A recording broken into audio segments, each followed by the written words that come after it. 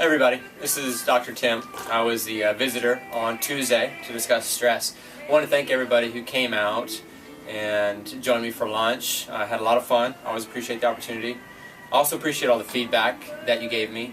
A lot of you requested some more practical information on how to handle stress, so I thought I'd make this video and just show you a few of my favorites.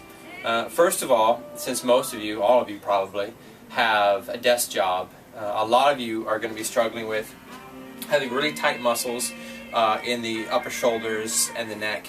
A lot of them will probably be causing tension headaches. A great way to combat this is using what's called reciprocal inhibition, and simply what that is, whenever you contract your bicep, your brain turns off your tricep. So if we use that same approach to these tight muscles up here, we're going to open up the arms, and you can do this seated as well. In fact, I'll demonstrate it seated because this is probably how you'll be doing it in your office. This is not my regular chair. This is actually part of our rehab equipment, but I'll use it.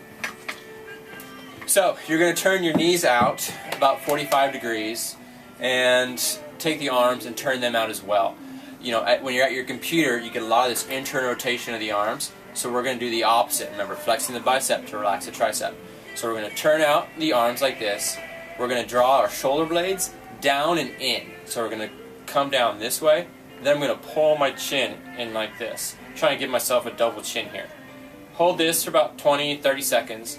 And you could do this as many times as you think about it throughout the day. In fact, make yourself a little note to remind yourself to do it. Because the more you do this, the more you're going to turn off those really tight muscles and successfully get them to relax and help relieve that tension in your neck. The other one that I mentioned when I was there was getting a lacrosse ball. Couple dollars at a sporting goods store. You'll use it to do what's called self-myofascial release, and that's just a technique that you can use to break up those knots that you get in your shoulders, really anywhere else. Take this ball, go towards the wall, and you pin it against the wall, and you can kind of search around, find those tender spots. Once you get on that tender spot, you're going to stay on there for about 30 seconds. Don't get completely off it. Some people will want to kind of roll on and off, on and off. What you're trying to do is compress that spot and actually cut off blood supply to it. And then so when you get off, a lot of new blood rushes in, and that'll help break up a lot of that scar tissue, help new blood, new nutrients get into the area. So you can do that. You can search around, find a few different spots in the shoulders. You can do the same thing for the hips. Really anywhere. Anywhere you can find tender muscles, feel free to get in there. About 30 seconds on the spot, move on to another area. Over time, you should notice those areas get less tender. If you by chance get into this region in here and you really get that tender spot that doesn't really seem to give way, there's a good chance it's actually a rib that's out of position that would need to be adjusted, and it's not a muscle that you want to be doing this on. So if you find a tender spot in there, you're better off calling and making an appointment because you might need to have a rib adjusted. Lastly, sleep.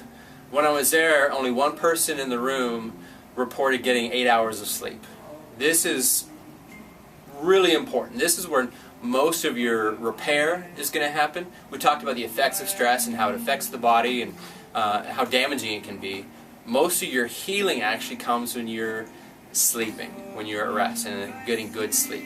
So I know it might be counterintuitive to think I have this deadline, I have so much I have to do, I should sleep more, but your brain will be better functioning, you'll be better prepared to do your job, and you're ready to go the next day and in better health.